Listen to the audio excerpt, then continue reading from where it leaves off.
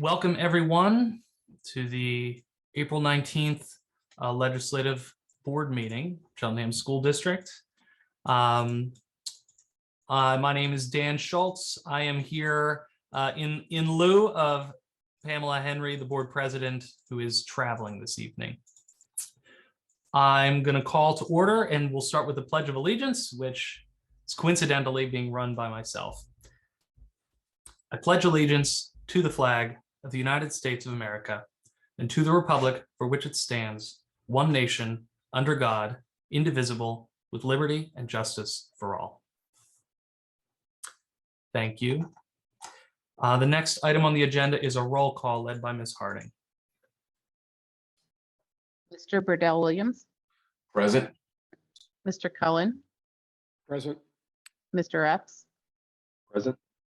Mr. Fishbein, Ms. Haywood, I will not be present this evening. right. Ms. Haywood, Present.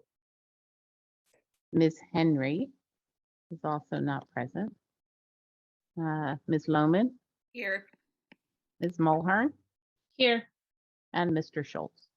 I am here. Thank you. That concludes the roll call. Thank you. The next item on the agenda is a student representative's report. I believe we have one.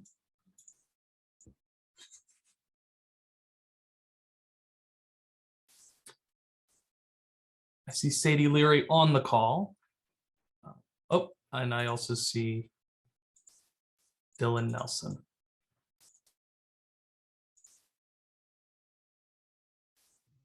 So sorry about that, guys. Yes, we are here to give our report. It is once again pretty short because the schedules never seem to work out where we can actually give you the whole contents of our meeting. But our Civics and Community Engagement Committee is organizing a town hall meeting. That was something that was supposed to be more organized last month that ended up not getting done at our meeting. But we're working on organizing the groups to be in that meeting now. As for school spirit, which is what we have been working on most recently, the Cheltenham High School Spring Fling Dance is this Saturday, which is a big fundraiser for the student council, and it's very exciting for everyone. And we also have a spirit week this week leading up to that. And then we're planning the 2022-2023 student council elections so that we can be more prepared for next year's school year and the events that will come with that. And that's all we've got. Thank you. Thank you very much. The next item on the agenda is a superintendent's report. Dr. Scriven.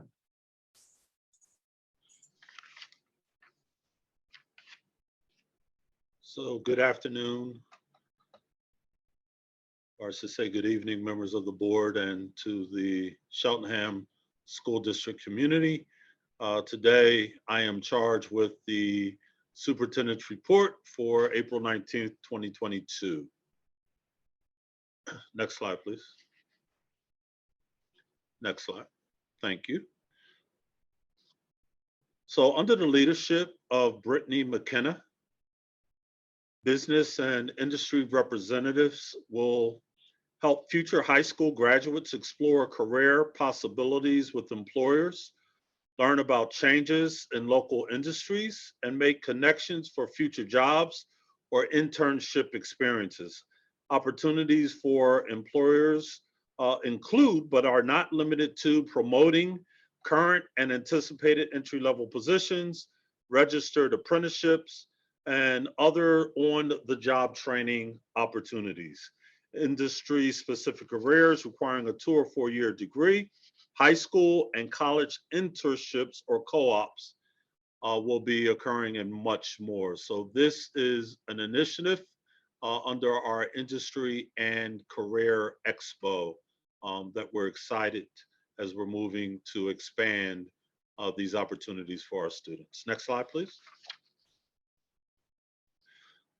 This partnership, myself and Dr. Smith had the opportunity to meet with President Nair and some of his leadership at Arcadia We are collectively working at formalizing what our updated MOU will entail.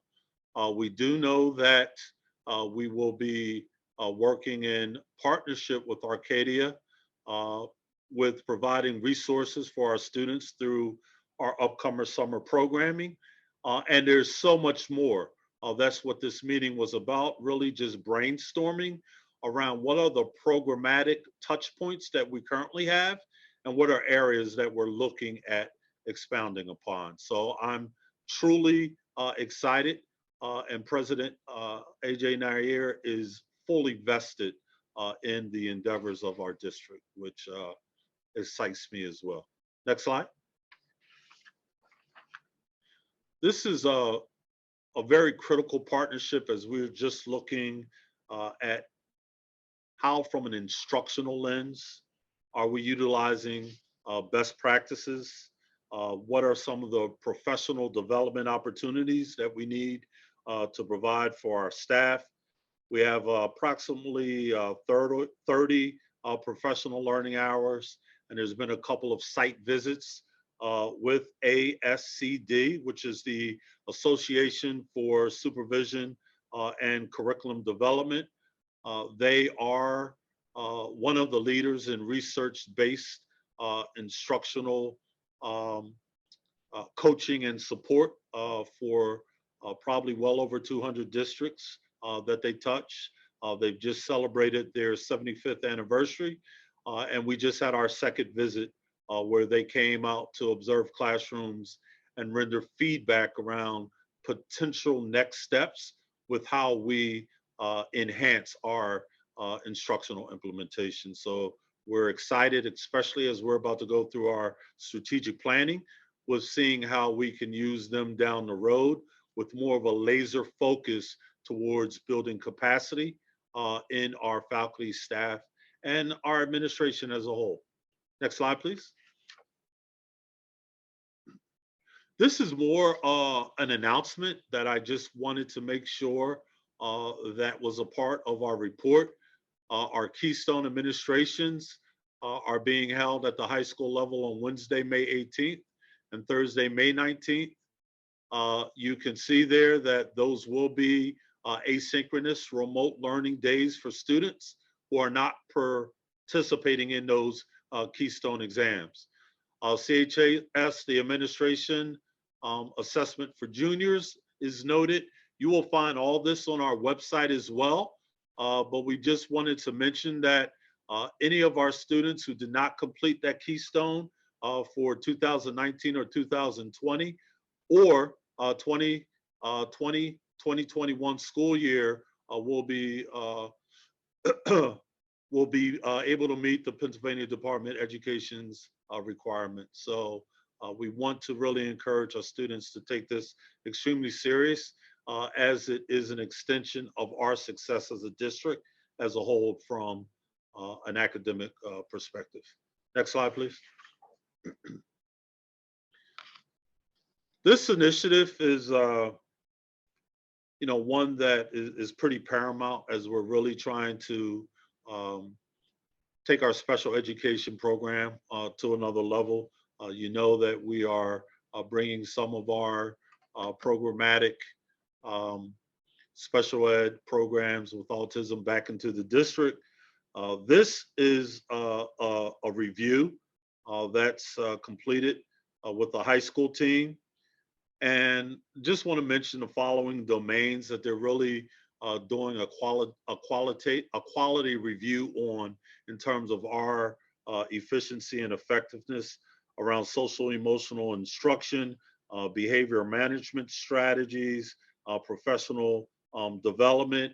And as a result of that review, we as a team come up with what are our next steps based on the items that have been targeted or identified. So again, special ed and continuous improvement holistically is ongoing and never stopping. And this is just an opportunity where we can really assess where we are from a programmatic standpoint in certain areas of our special ed program. Next slide, please. So as we're looking at this initiative, it's something that is not yet a bill. This is HR 7307. It's proposing to amend the Elementary and Secondary Education Act of 1965 to provide grants to hire and retain school social workers. This was just an initiative that was held to kind of give insight around the direction that individuals across the state are looking to move pertaining to our school social workers. The purpose of the act is to approve and assist state and local educational agencies in hiring additional social workers. This is an area that we've identified as a need. Again, this is not yet a bill, but it is a proposed amendment that individuals are hoping does manifest into a bill with addressing some of the social, emotional, and mental wellness issues that many individuals are seeing across their districts. Next slide, please. Just want to really highlight this and give a shout out to the Sheltingham School District Foundation. They are graciously awarding 21 scholarships, which equate to about $14,000. Again, this is something that can be found on the website, but as I reflect back to my days with preparing for college, every little bit helps. So we encourage our current class of 2022 seniors to apply for these scholarships, because this is another way of really covering books or room and board, food, or what have you. So again, the money's available. Take advantage and apply. Next slide, please. We're going to kind of tee this up. Let me just be very transparent. I was personally at this activity for a good hour and a half. This was the blue and gold competition held at Sheltingham High School. Yes, there was one blemish that occurred where we had a disturbance with two of our scholars. But when you look at the overarching power of what occurred that evening, let me just let the video speak for itself. So could we tee that up?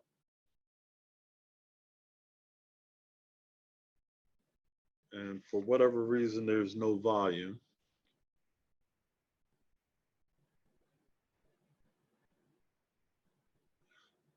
So there was music. I was going to get you guys riled up and in the mood, but as you can just see, the energy is something else you have to experience to really understand. But I want to give a shout out to all those senior ambassadors and those senior leaders, juniors, sophomores, and freshmen that put on this event. The gymnasium was packed. So kudos to them, and do not let the poor choice of a few mire the true essence of what you guys accomplished on that evening. Next slide, please.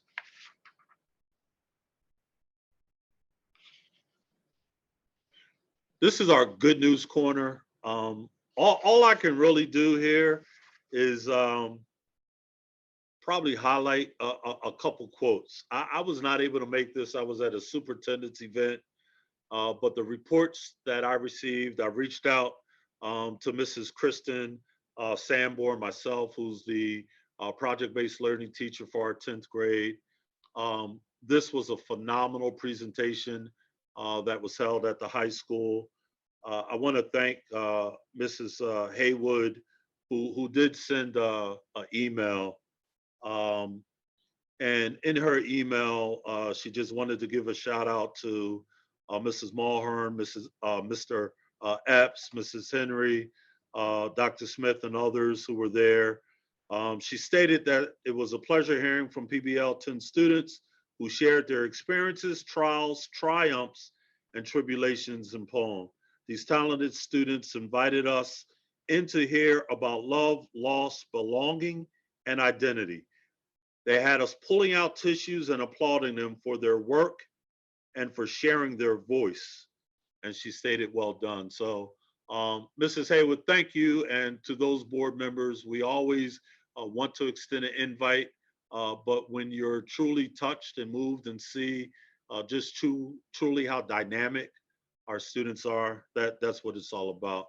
These kids, this is the first time that they've ever performed in front of an audience. They're now going to look at doing this performance at the middle school, and they're about now being change agents and breaking the status quo. So again, kudos to them. Next slide, please. These are some of our younger scholars at Myers. They're the Peace Shakers. And the mission of the Peace Shakers is to promote school spirit through positive cheers and chants, using it as a vehicle to promote leadership, creativity, and a positive self-image.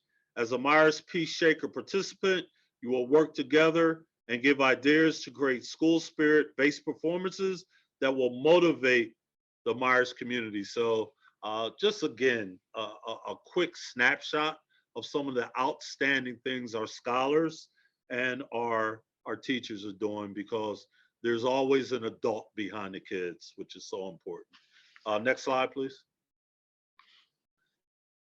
I would love to just give a shout out to Mr. Charles Burdell Williams for accompanying me and Mr. Kaufman. This program was the tie-tying ceremony that was held at Elkins Park for their Leadership Academy program. It was extremely profound. You talk about our future leaders. These are all sixth graders who will be matriculating to Cedarbrook. And I just encourage them to take what they've learned at Elkins Park to that next level and continue to be the leaders which they've demonstrated thus far in their school endeavors. They were extremely powerful and impressive. And these were the ties that you can see that we actually had the honor of putting on them on that day. So just wanted to give that shout out. And the final slide, I believe, will kind of give you a laugh. I had the honor of being one of many to throw the first pitch out during the Sheltingham Little League. I want to give Gail Green a thank you for the invite. I did not do a Fauci, which you guys should be proud of, because I'm sure it would be over multiple social media threads. So Mr. Kaufman, you could just show the highlight of my success with getting the ball over the plate. I mean, it's there. It was a little high and outside, but I'm going to take it. And with that, I'm going to pitch it back to Mr. Schultz. That concludes my report for this evening. So thank you, sir. Thank you, Dr. Scriven. An excellent pitch. I just wanted to, before we move to the next agenda item, with Ms. Henry's absence, we do not have an official agenda item for the president's report, but there were two very brief items I wanted to mention, and I'll lump it in with the superintendent's report. The first is to draw attention to the Psba 2022 State of Education report, which was released a week ago. I would urge all members of the board, but also members of the public, to look at this document. It is incredibly rich. It's a survey of schools and school districts across the state of Pennsylvania, and it has a huge number of incredibly important facts and figures and statistics. For example, it highlights that the two largest anticipated challenges to school districts in the upcoming year will be staffing shortages and charter school tuition rates.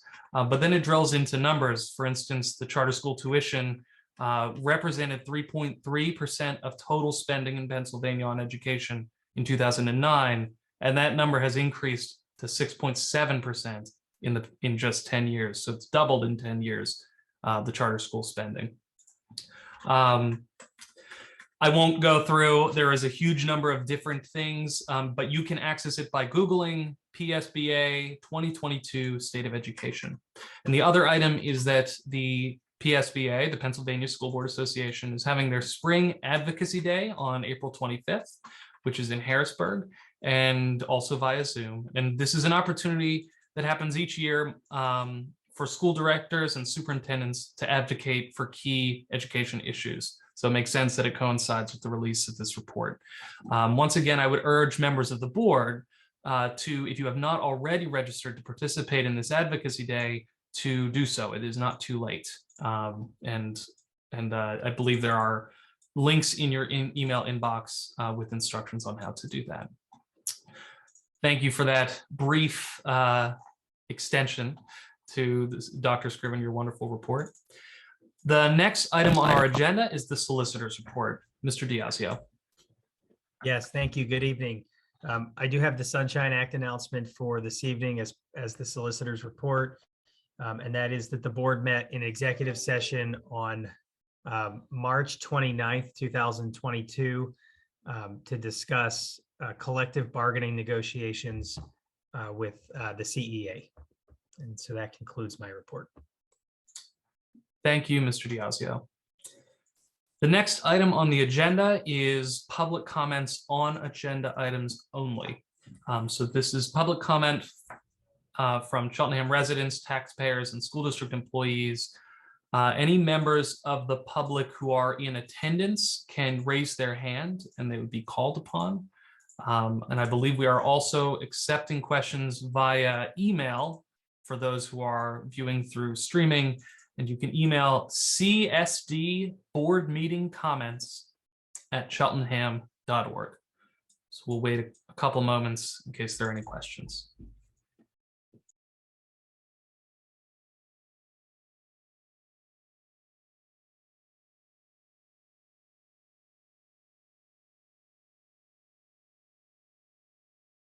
And I'm not seeing any hands. And Mr. Diazio, are there any emails that you've seen?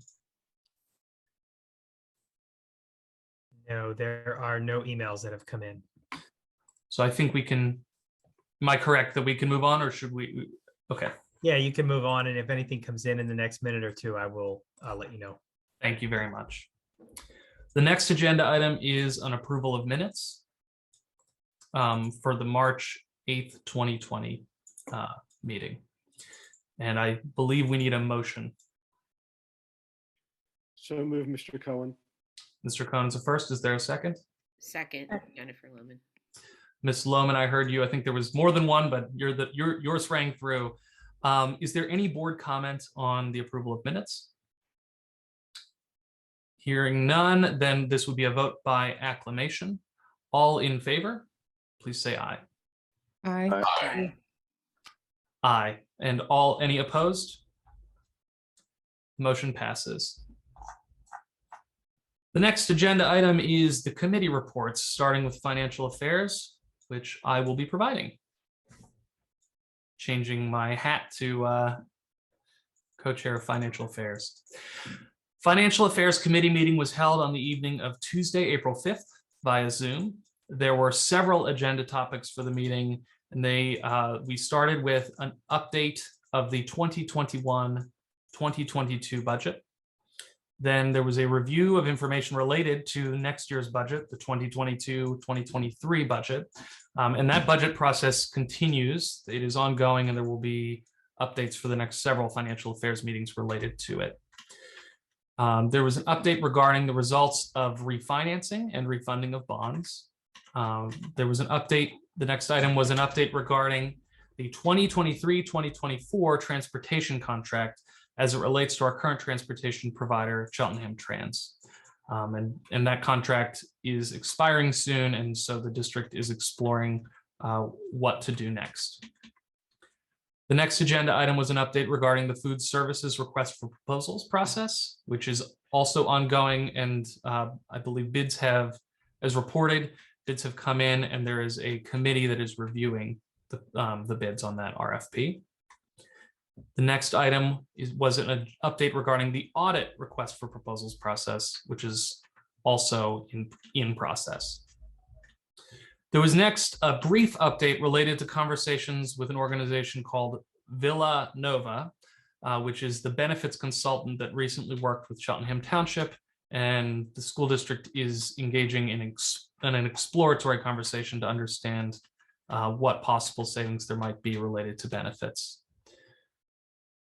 Next item was an update related to key items being considered in the development of a capital improvement plan. And the capital improvement plan is something that both the financial affairs and facilities committees have been discussing for some time, and that plan continues to develop. The final agenda item was an introduction of several items which will be voted on later in this legislative agenda. Members of the community can view a recording of that meeting by visiting cheltenham.org/presentations.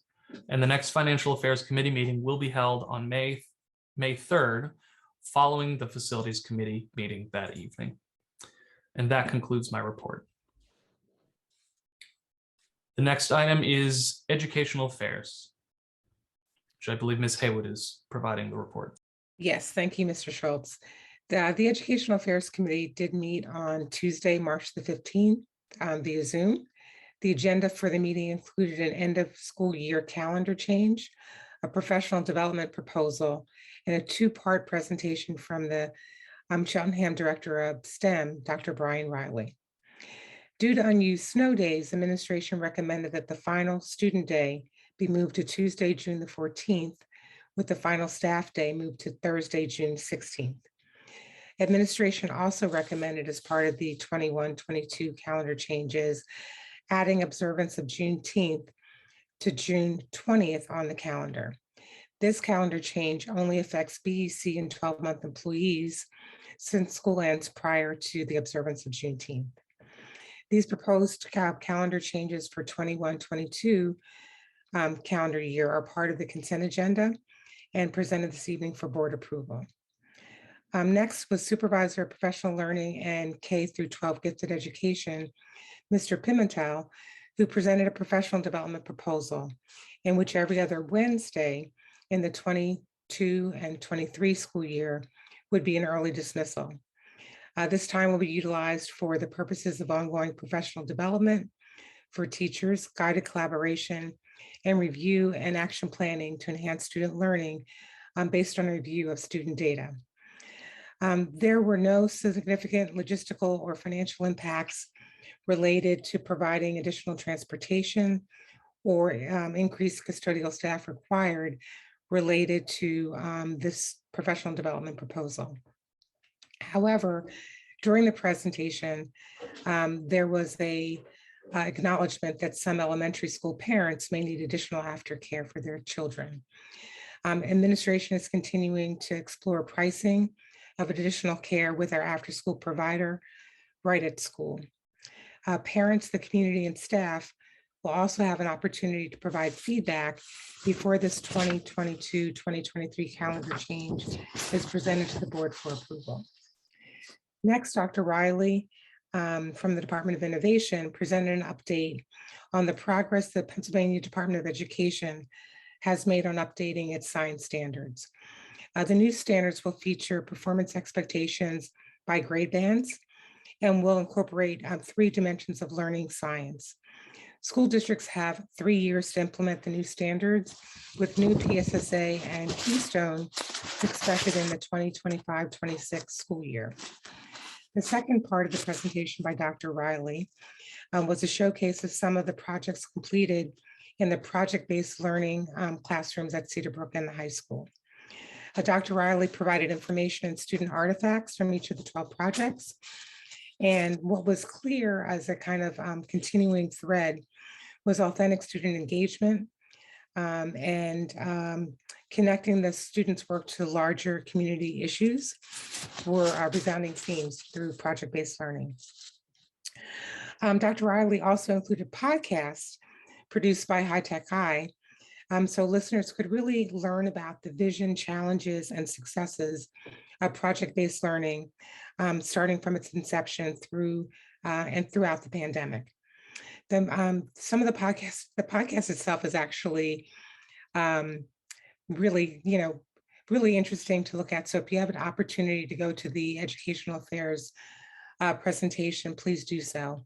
And that can be found through the presentation links on the Education Department website on the district website. The next Educational Affairs meeting is for Tuesday, April the 26th at 7 p.m. All are welcome to attend. Thank you, Mr. Schultz. Thank you, Ms. Haywood. And I have lost my agenda and I have now found it. The next agenda item is the Eastern Center for Arts and Technology report by Mr. Burdell Williams. Thank you, Mr. Schultz.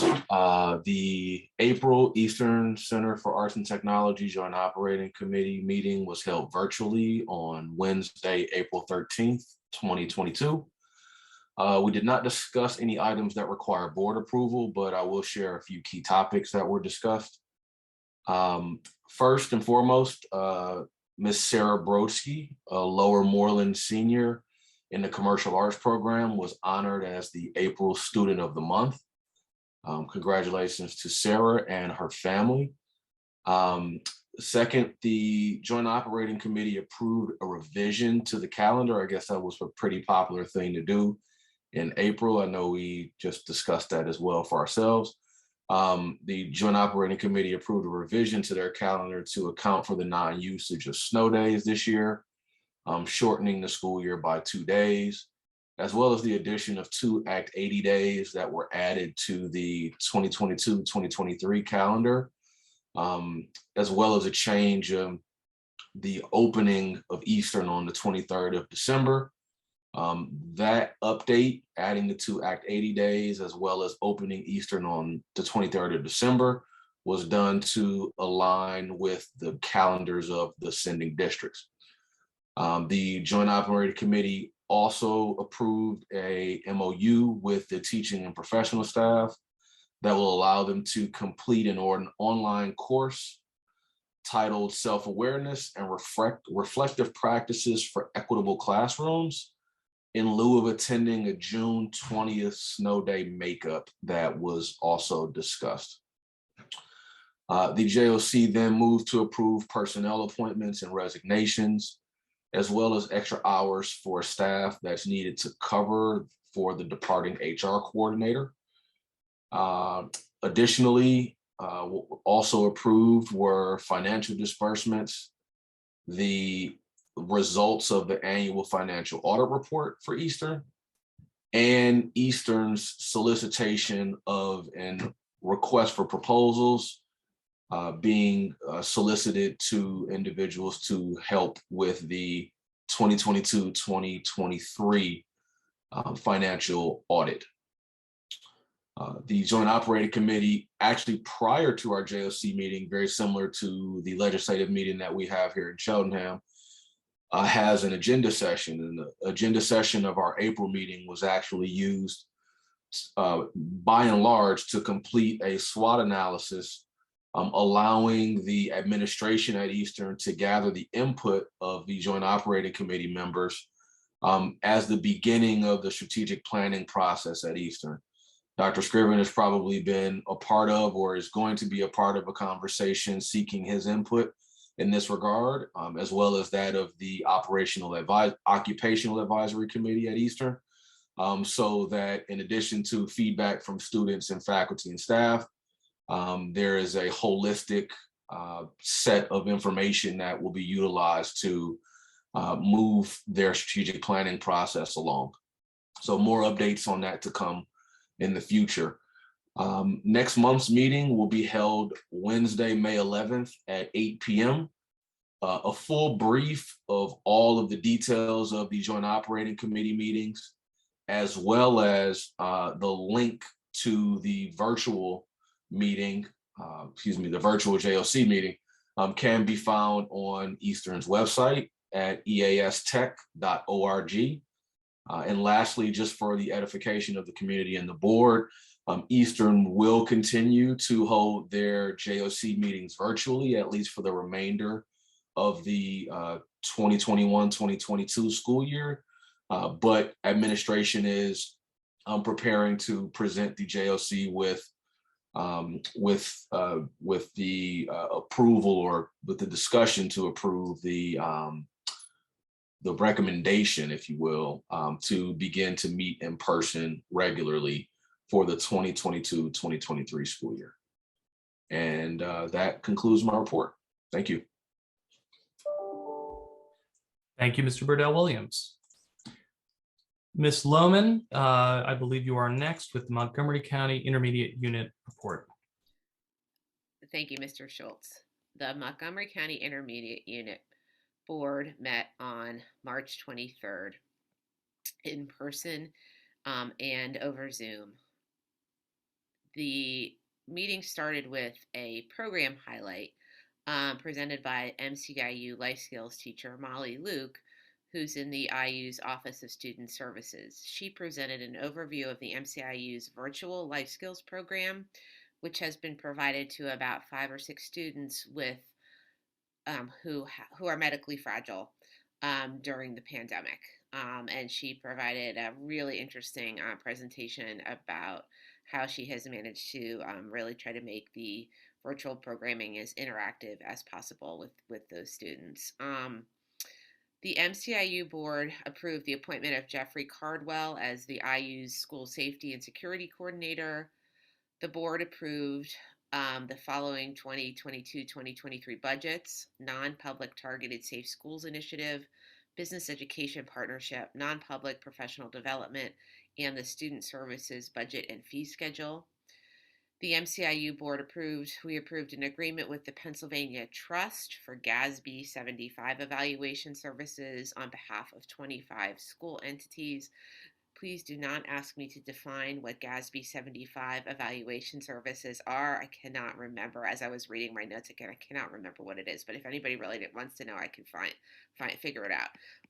The Mciu board granted approval for the submission of an expansion grant application for the Head Start State Supplemental Program, which is something that the IU, I understand, has been trying to do for a while now, which is expand the number of Head Start seats that it offers.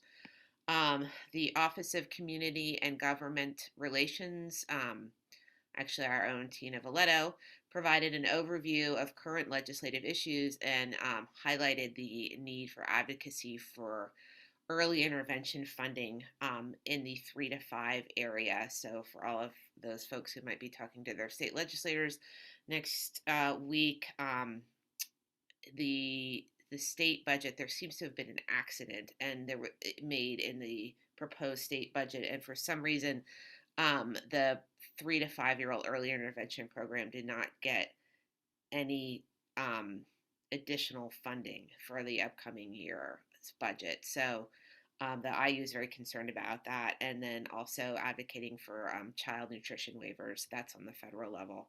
And then the Mciu board granted approval of the 2022-2023 Joint Purchasing Consortium line item supply bid for art supplies, custodial supplies, medical supplies, and copy paper. There was a human resources update regarding a professional development request. 12 new employees that the IU has hired, 8 resignations, 10 retirements, and 1 professional contract that was awarded to a tenured employee. The board then approved continuations and renewals of contracted technology service agreements to support school districts for the 2022-2023 school year. And then finally, the board approved a number of contracted service agreements to support trainings, programs, and services provided by the various offices of the IU. The next intermediate unit board meeting will be on Wednesday, April 27th at 6:45 p.m., both in person and over Zoom at the IU's office at 2 West Lafayette Street in Norristown. And this ends my report. Thank you.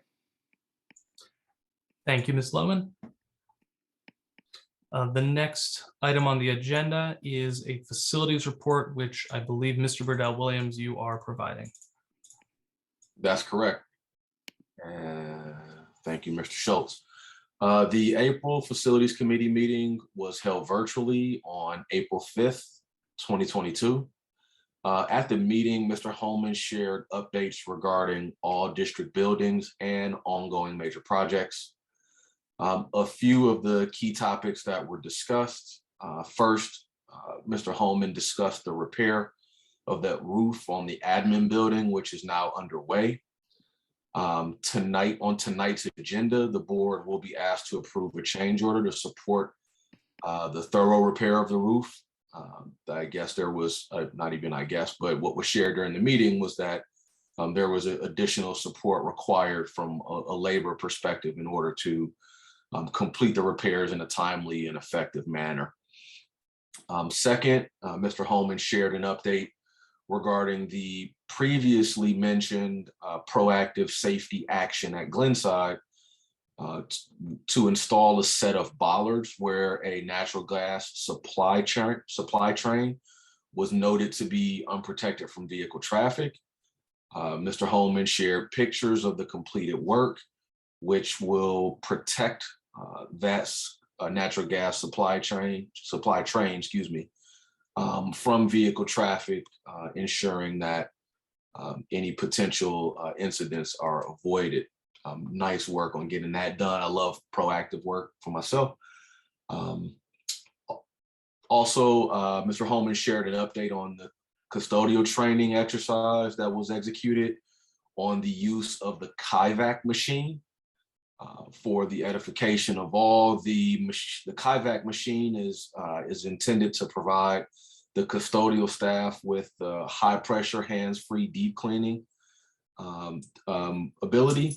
The district currently has 4 such machines in use and is planning to purchase additional machines to ensure all buildings have at least one, and the high school, I believe, having 2 just due to the sheer size and magnitude of the cleaning required.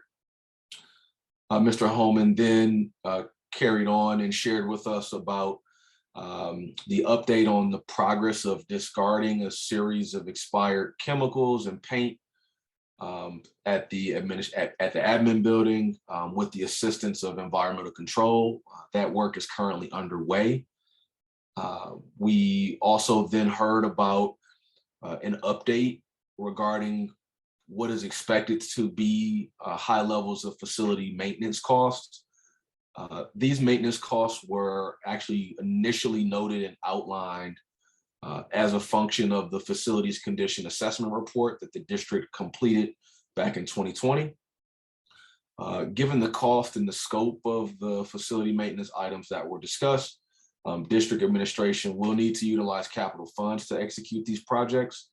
And we're expecting additional communication and conversation to happen regarding the priority and the expenses to be inquired. There was also some discussion on that topic regarding the district's move toward developing a facilities capital plan, which has been discussed for a number of years, but now I'm expecting some more formative conversations to be happening given the costs that were specified in the presentation via the facilities condition assessment report. The full presentation and a video of the facilities committee meeting can be found on the district's website at sheltingham.com/presentations. I did not have next month's date in front of me, but I will get it shortly. Believe it is May 3rd. There it is. Thank you, Dan Schultz. I appreciate that. The next facilities meeting will precede the financial affairs meeting on May 3rd.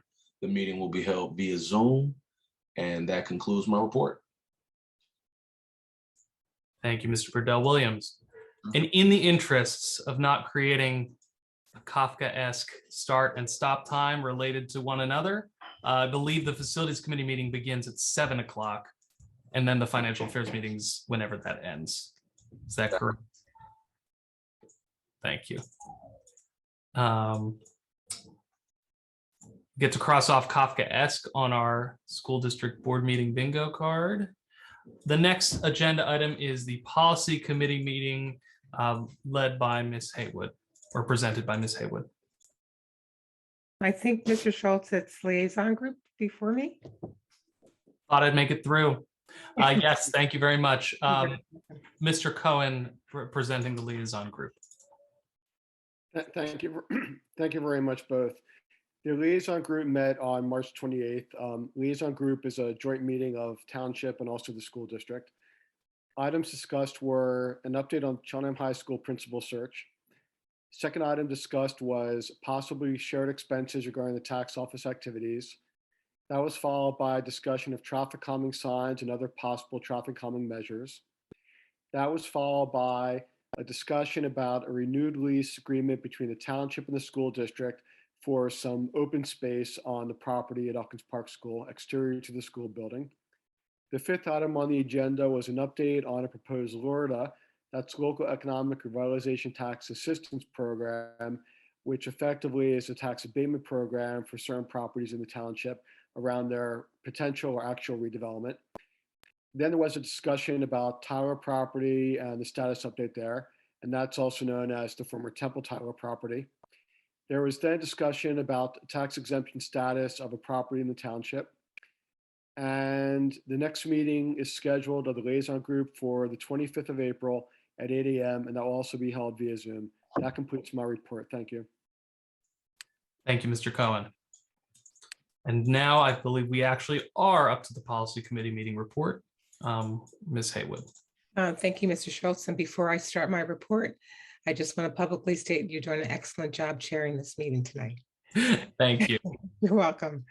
The policy committee met on March the 23rd at 8 a.m. via Zoom.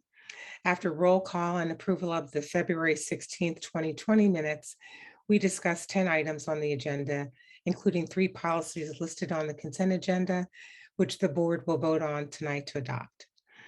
Items presented for adoption include the conversion of previous policy in AR 510 overtime to policy 310 at 300 series policy.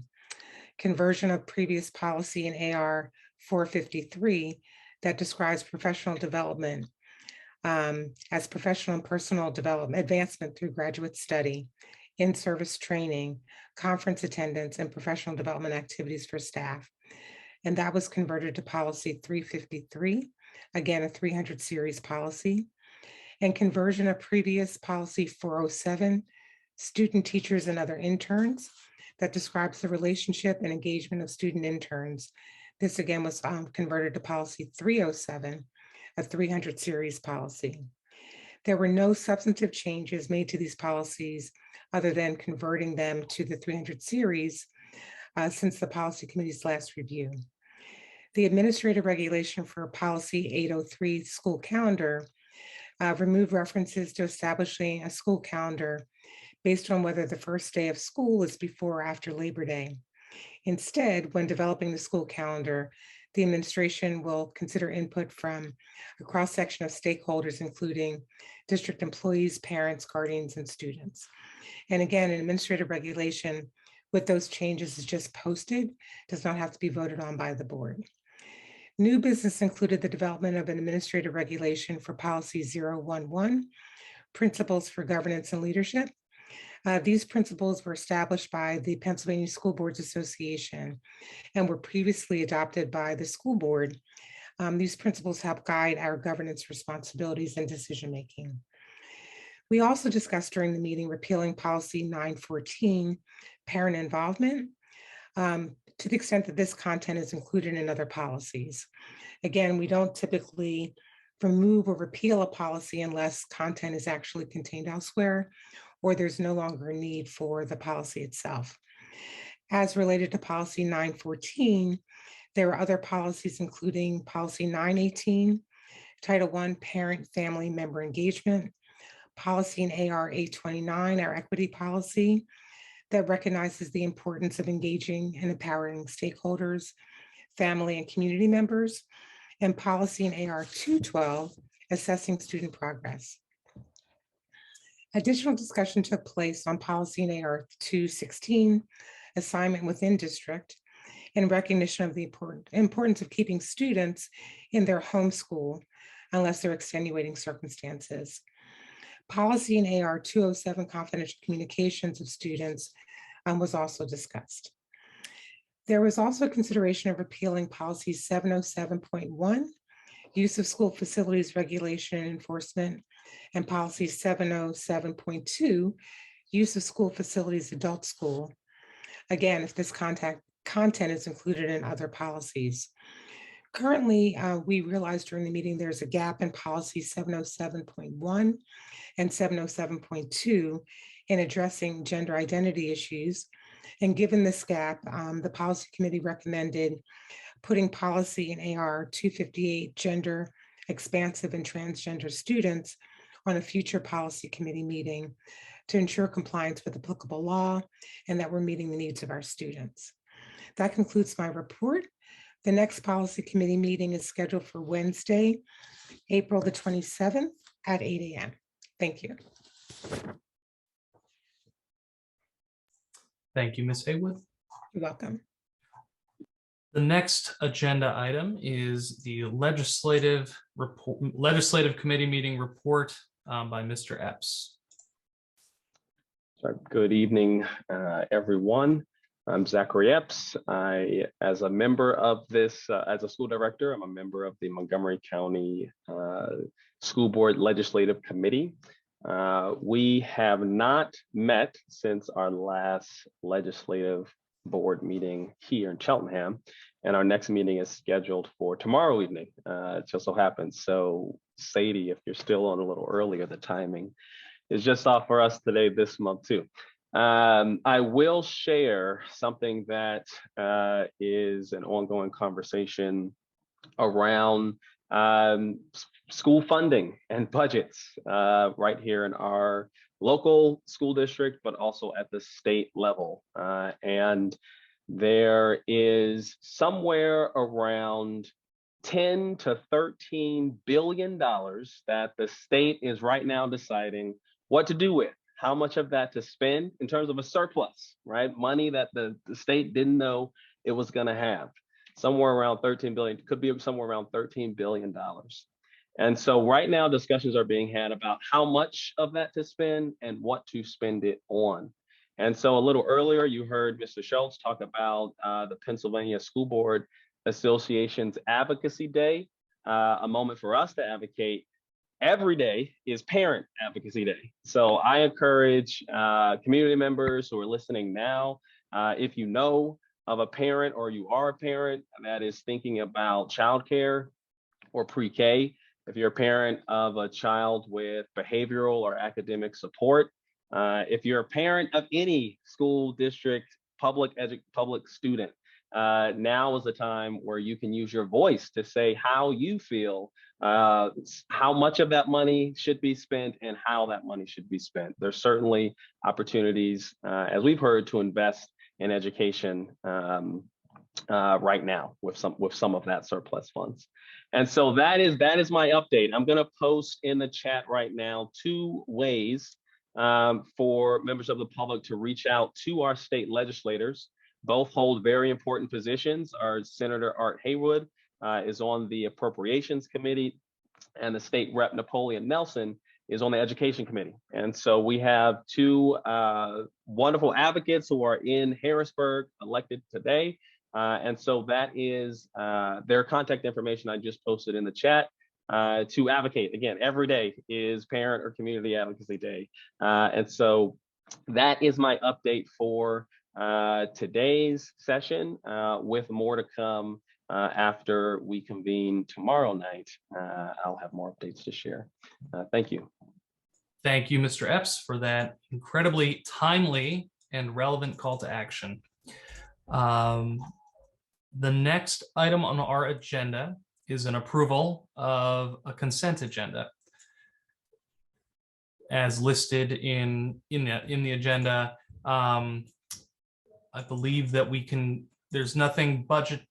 Mr. Diazio, we can do this through acclamation, is that correct? Correct. Okay, so first I would need a motion. So moved, Zachary Epps. Second, Charles Burdell Williams. Thank you, Mr. Epps and Mr. Burdell Williams. I actually didn't see during the scroll, was the correction made to the agenda related to the calendar to include Juneteenth? That will be made tomorrow. Okay, thank you. Then I think it's worth mentioning that the motion listed in the agenda, I think we may need to amend the motion just because as made currently, it was related to the agenda, but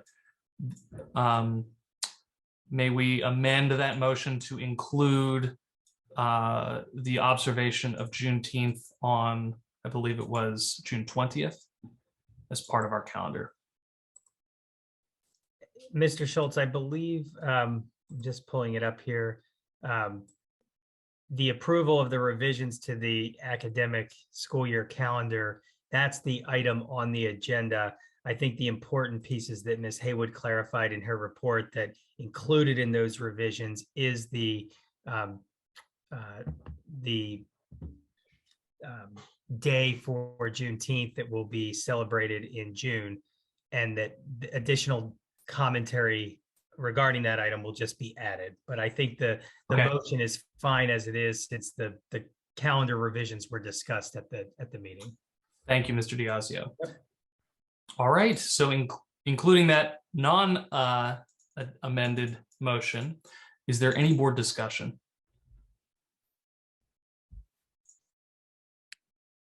Mr. Cohen.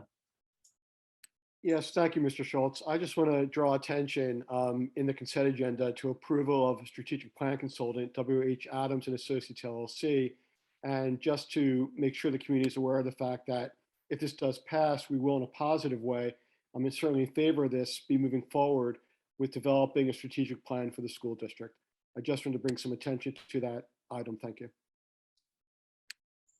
Thank you for that highlight, Mr. Cohen.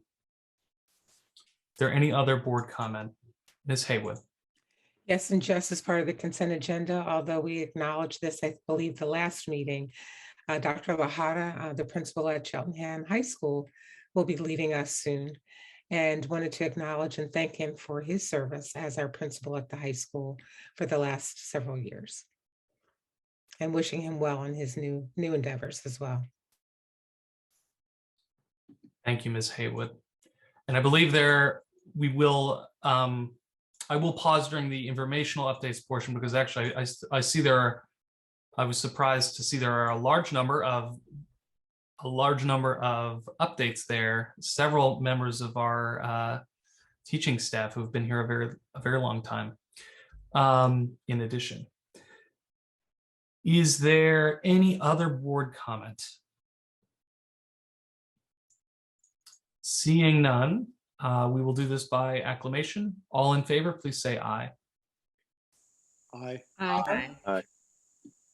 Aye. Any opposed? The motion passes. There are, as mentioned, several informational updates as well, which will not result in a vote. But I want to pause if there's any board comments. Dr. Scriven, please. So not a board comment, but as part of the team of 10, I just want to concur and echo Mrs. Haywood's kind words with respect to Principal Lahara. I'd be remiss if I did not publicly thank him for his service. Wish him all the best in his future endeavors. Would also want to take a point of privilege to acknowledge Mr. Jim Teller and Mr. Mark Hall for their service with stepping in some administrative assignments and doing a job well done. So I just wanted to publicly acknowledge those individuals. So thank you, sir. Thank you, Dr. Scriven. Mr. Cohen. And I just want to acknowledge and thank the teachers and staff members that are retiring and wish them well and thank them for their service. My family benefited from some of them, but I want to thank all of the members that are retiring and best thoughts going forward. Thank you, Mr. Cohen. Ms. Mulhern? Yes, thank you. Echoing Mr. Cohen, acknowledging all of the teachers and staff that will be retiring this year, especially to Mrs. Donahue, the guidance counselor at Elkins Park School, having had a child at that school for the last few years and still coming for the next few years. We certainly appreciated her and will miss her and wish her well. And I'll echo the earlier statements regarding Dr. Lahara. While I do not have a child at the high school, I appreciate the time he has spent there, and also appreciated him as a parent when he served in his former role as director of K-6 curriculum, just great in the buildings with the students and with the families. So I really appreciated his time with us. Thank you, Ms. Mulhern. And I will just end the board comment portion on this item by saying that during this board meeting, which is normally in person, we would be able to have a bit more fanfare and recognition of some incredibly long tenures that are coming to an end. And I'm sorry that we're not able to do that right now, but please know how deeply thankful, and I think I can speak on behalf of the board, we are for the dedication of a career to our students. It's just, it's a moment of reflection and serious recognition. And I crossed paths with a couple names on this list myself when I was in the school system as a student. So thank you. And of course, the other thing I wanted to mention was Dr. Lahara, in addition to your service as principal, I just while I've been on the board, you have had different hats, and your leadership has been impeccable and flexible, and you've stepped in where things are needed, and done an excellent job, and we'll be sad to see you go. Dr. Scriven, I see your hand. Yes, sir. So I just wanted to clarify that I acknowledged the administrators because their tenure with us and roles that they had fulfilled are coming to an end sooner than later. But please note that as a district, we will be celebrating all of those retirees. So I did not want to miss that opportunity. I'm not doing it now because we still have some time with them, but they will be recognized. So I wanted the board to be aware of that. Thank you. Thank you, Dr. Scriven. All right, the next item is public comment on non-agenda items. I see there's a question in the Q&A. If Ms. Delaney could consider raising your hand, or alternatively, I think we can, if you mention where you're from, I think your question can be read aloud as though it were an email, whichever you prefer. But before we go to that, I will just reiterate to anyone on stream, you can email questions if you're not in the Zoom meeting by emailing csdboardmeetingcomments@sheltingham.org, and those questions will be read aloud. All right, well, while that's happening, I do see two hands, two members of the public. I don't know who would, I think Dennis Cullen, and when you're acknowledged, if you could begin by specifying where in the district you live, or if you're an employee. Good evening. Yes, I am in Cheltenham Village. And, good evening. I'd like to thank you for this opportunity to address the board. I'd like to read to you from the school board, the Board of School Directors Equity Statement that was adopted on September 8th, 2020. It states that educational equity is a shared commitment to ensure that every student gets what they need to be successful. The Cheltenham School District's Board of School Directors and Administration believe that all students, regardless of background or identity, must be given meaningful and engaging learning opportunities and allowed to thrive. Our community's future success depends on our willingness, commitment, and ability to effectively address equity challenges. To this end, we will dismantle institutional barriers by adopting policies and practices and strategies, allocating resources that support access and opportunity for each and every student. I am delighted to see these words in board policy, yet I feel compelled to share how, in my experience, the policy is not being fully carried out. In June of 2021, I welcomed my child, an unaccompanied refugee minor, into my home. Given his lack of consistent and adequate education, and with my experience of having over 25 years in education, I recognized that this young man, who would be entering middle school, would need evidence-based phonics instruction among a plethora of additional supports for his success. I would like to take this opportunity to share that the administration and the staff at his school have worked very hard to accommodate my child's needs, and I cannot speak more highly about their dedication. However, when I shared that my child would need evidence-based phonics instruction, I was informed that Read 180 is the reading program that is used at the school. While this is an evidence-based reading program, it targets vocabulary, comprehension, and advanced reading skills, not the foundational reading skills of phonemic awareness and phonics. I was later informed by district-level personnel that evidence-based phonics programs are only available to students in special education at the middle school level. I will not get into the details of why special education is not an appropriate option for my child, as that is not the point I'm trying to make. The point that I am trying to make is that if the district is truly committed to equity and allocating resources that support students' access and opportunity for each and every student, then all students will have access to evidence-based phonics programs, regardless of their special education status and based on data that indicates the need for such programs. During a recent meeting, I was told by district-level personnel that my child is the first child with his unique circumstances in the school district, and that no other child in the middle school requires evidence-based phonics instruction. While the first part of that statement may very well be true, I find the latter part of that statement absurd and impossible to believe.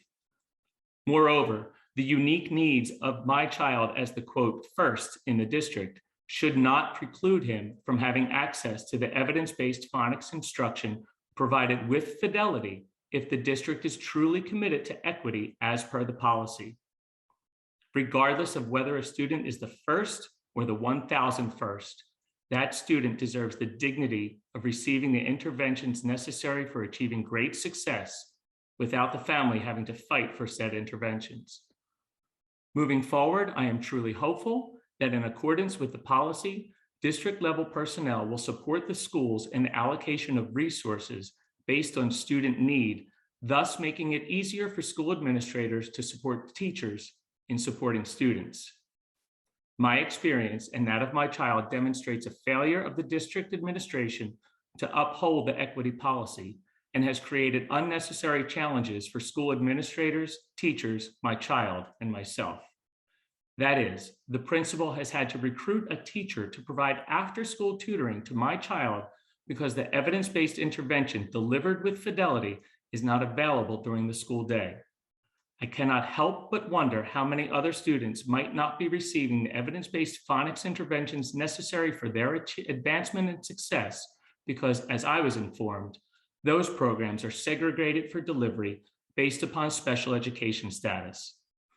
With the percentage of students identified for special education and with specific learning disability in the district higher than the state averages, and the disproportionate number of Black and African American students identified for special education in the district, I am further concerned that the district's equity policy is not being upheld. It is my hope that the district will advance and provide evidence of the dismantling of the institutional barriers to support access and opportunity for each and every student. It is my hope that data-based decisions are made to provide all students, regardless of background and identity, with tools for success. It is my hope that district-level personnel will act in accordance with the equity policy to support school administrators, teachers, students, and families.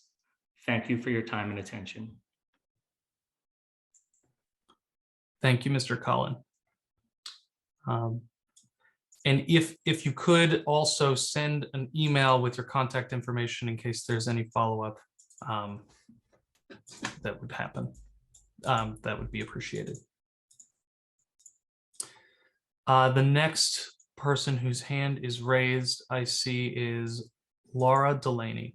And likewise, please state where you live within the district or if you are an employee. Hi, my name is Laura Delaney, and I live in the Wyncote section. And I had one email that concern that I emailed, but I also had sent a request for clarification from Ms. Haywood about the issue that she raised with regard to transgender or gender nonconforming students, because I missed the context of that comment. But my larger concern has to do with reports that I'm hearing about the frequency and severity of some of the physical assaults at the high school. And as I remember all of the changes that have been put in place in the last 5 years, since this was a major issue in the district, I'm hoping for some information or an update in terms of the rate and prevalence and severity of these aggressive or hostile issues at the high school, including the issue at the Blue and Gold event, which I understand from my scholar was much more than 2 students involved. Thank you, Ms. Delaney. Regarding your first question, I know Ms. Haywood indicated that she could provide some follow-up context or answer your Great. question. Thank you. Thank you, Ms. Delaney. Just to give you some context, when we were reviewing policy in AR 707.1 and 707.2, both policies relate to our use of our school facilities, both at the adult school level and just our facilities in general. We really had a discussion about, how our students who are gender expansive or transgender students accessing and using our school facilities. And so it really raised the question of us going back to our policy in AR 258, gender expansive and transgender students policy, to make sure that we, are looking at how our students are using our school facilities, making sure that that's compliance with applicable law, and that it's also meeting the needs of our students. And so that was the context in which that policy in AR will be posted back to the policy committee agenda at some point in the future. Does that answer your question? Yes. Okay, great. Thank you. With regards to this, your emailed question, and you did email, I don't think we'll read that email since you are speaking now. I want to make sure that that is understood. If there was anything else you wanted to add, then I think we're good. Well, actually, you might no longer have the mic. So please indicate if there's anything else you wanted to add with a follow-up email. But I believe, yes. And Mr. Schultz will be following up. We'll follow up with Ms. Delaney with respect to her inquiries around the high school. Thank you very much. I see Miss Eliza Davidson, who resides in Wyncote. Hi, can you hear me? Yes, thank you. It's Elisa Davidson from Wyncote. I should know that, and I am so sorry. Yeah, this might be my 8th meeting in a row. So yeah. All right. Thank you to Dr. Scriven for bringing up House Bill 7037. That is good news for sure. My hope is that we won't simply be waiting for this bill to pass in the subsequent time that it will take to implement these grants and get school social workers into all of our buildings. If you read through the bill and consider the recommended minimum student to social worker ratio, it says 1 social worker for every 250 students. I know CSD falls far short of that goal. If you read further along in the bill, you'll find what a school social worker must provide for students. Brace yourself, I'm sorry, but I want to read all of these.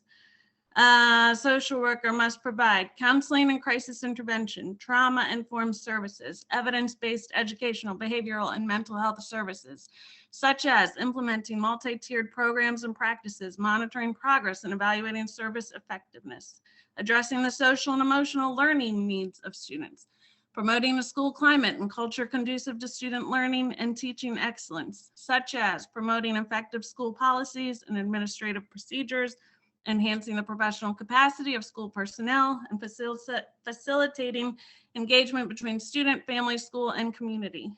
They must also provide access to school-based and community-based resources, such as promoting a continuum of services, mobilizing resources and promoting assets, and providing leadership, interdisciplinary collaboration, systems coordination, professional consultation, and connecting students and families to resource systems. They must work with students, families, schools, and communities to address barriers to educational attainment, such as homelessness and housing insecurity, lack of transportation, food insecurity, equity, social justice issues, access to quality education, and school, family, and community risk factors. It goes on. They must provide assistance to schools and teachers to design social, emotional, educational, behavioral, and mental health interventions. Case management activities to coordinate the delivery of and access to the appropriate social work services to the highest need students. Home visits to meet the family of students in need of social work services in the home environment. And supervising or coordinating district level school social work services. Okay, that is quite a job description, and I'm sorry to read aloud what you all may have read already on your own. I just think it demonstrates the massive role of a school social worker, and I hope it makes everyone question whether we can continue to provide excuses for our delay in hiring more social workers any longer. That's it. Thank you, Ms. Davidson. I see no more hands in the attendees, but I do know we have at least one email. Mr. Diazio, I believe you read them, or does somebody else? I can read that, Mr. Schultz. Been a while since we've had an email. Sure, I can read that, Mr. Schultz. Thank you. The email comes from Gina Crago from Elkins Park. And it says, I have two questions pertaining to Dr. Scriven's report. Number one, was it stated that high school students are responsible to take any keystones they may have missed since the 1920 school year? Has this been communicated to the students, and are there any measures to prepare those students? For example, a junior taking a biology keystone from freshman year that was canceled due to COVID. What are the consequences if they are taken? And then number two, I appreciate the acknowledgement of the fight at Blue and Gold, but I understand that there was a significant fight yesterday that shattered a trophy case. In light of the upcoming leadership transition, how will stability be maintained for the students regarding school culture and acceptable behavior, as well as support for current school leadership and the incoming interim principal? From the students' perspective, these fights are becoming more commonplace again. Thank you for reading that, Mr. Diazio, and thank you for the questions, Ms. Carrigo. Or Craigo, I'm sorry for butchering your name. Dr. Scriven, since the first question is related to your report, did you want to clarify that item, or would you be able to clarify that item? Yeah, I'm going to defer. I'm going to let Dr. Smith give that very brief update, and I will reach out to Mrs. Crago to speak specifically around the high school. The consultant that we will be using is someone who is a seasoned administrator that was just approved this evening. There will be a very detailed transition plan. Members from this team will be a part of that transition, and there will be a central office presence while we're transitioning the consultant in the interim capacity for the remainder of the year.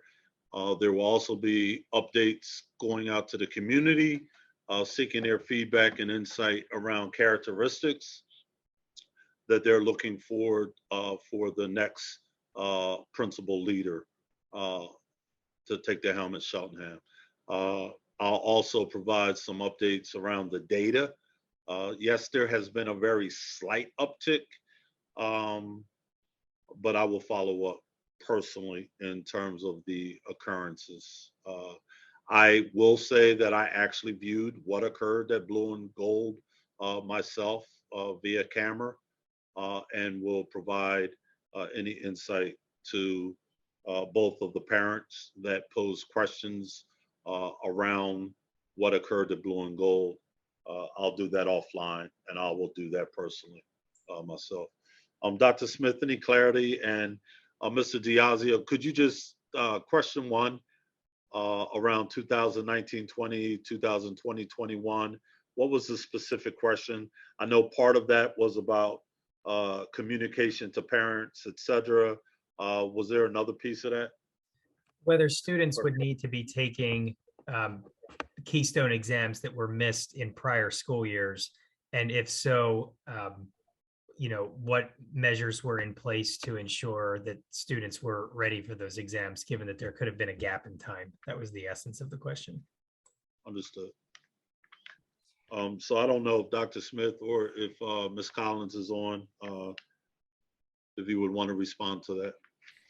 Sure. So regarding communication, our high school administrative team, as well as our high school counseling coordinator, Ms. Lori Cohen, in conjunction with our counselors, have been sharing these messages about Keystones and about the new graduation requirements.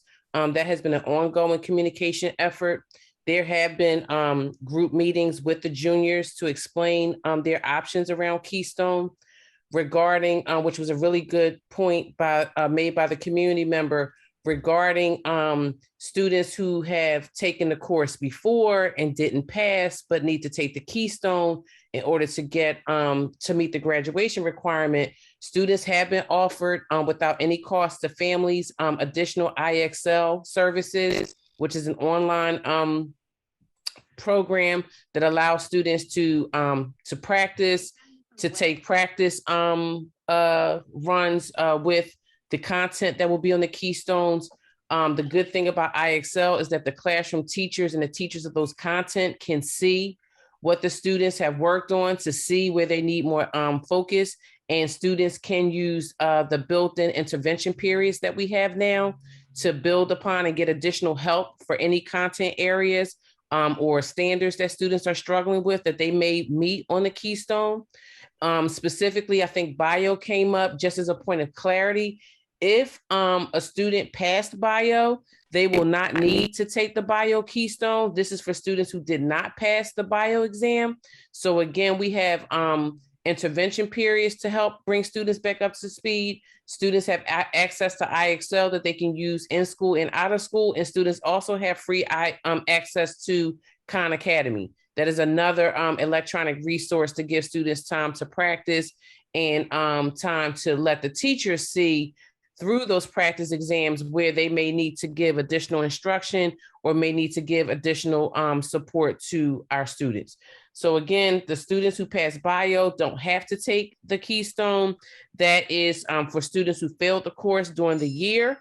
And the other layer of support to help students graduate is if for some reason students cannot or do not pass the Keystone exam, there are other pathways. And I believe Ms. Collins presented that during the November, maybe Ed Affairs. I can confirm which presentation it was in, but she thoroughly presented all of the other pathways and all of the other opportunities for students to get credit if for some reason they do not do well on the Keystone exam. So this is not a high stakes exam where either you make it or you don't make it. There are other ways to scaffold students to support them to meet the graduation requirement.